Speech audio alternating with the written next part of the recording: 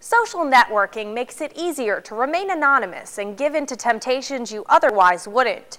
Those innocent chats can quickly spin out of control, devastating even the strongest of marriages.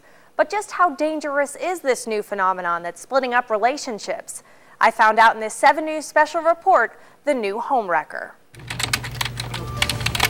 Hiding behind a computer or a cell phone makes it a lot easier to cheat. There's no face-to-face contact, so most people think they won't get caught.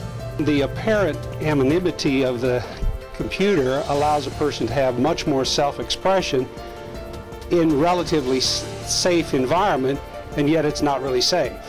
Sites like Facebook and MySpace make it simple to link up with old flames, which often creates a sense of nostalgia. They rekindle old relationships, and next thing you know, they're in a full-blown sexual relationship, and then we're found in divorce court. Other times you can link up to people you don't even know, people looking for something more than friendship.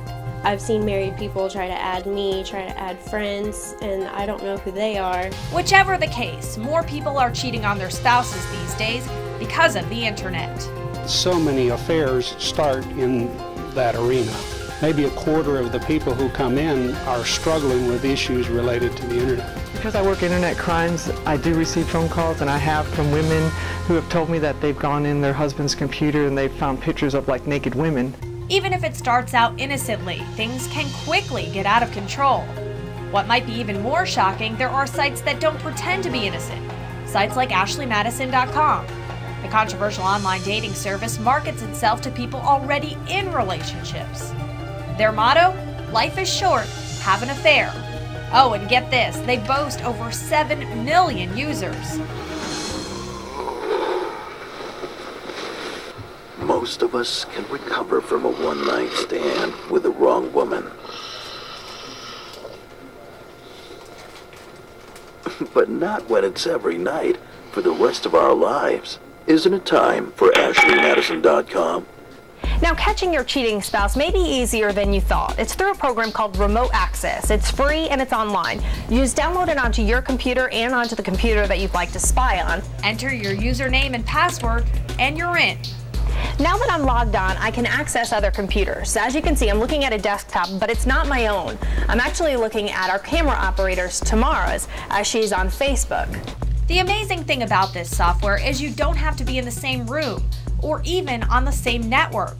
You can access your home computer from work, watching the every move of the spouse you suspect of dallying. Now, if you're the one doing the dallying, watch out, things can get ugly. Seeing their spouses and they're finding it on the phones, and it gets to that point where they're just so mad that, yeah, it ends up in a domestic. And often in divorce. Lawyers say social networking sites are frequently brought up in divorce court as evidence. In fact, a recent study showed it makes up 60% of that evidence. When you write it, it's there. It's for anybody to see, and more importantly, it's for the judge to see. And as they write this information, it becomes a permanent record that now can be used against you because it's your spoken words in writing. If you're not sure how to handle all this cyber connecting, there's help out there. Kay Jason and Kelly Krafsky wrote the book on it. Literally. We had friended some exes and realized that neither one of us was really comfortable with that.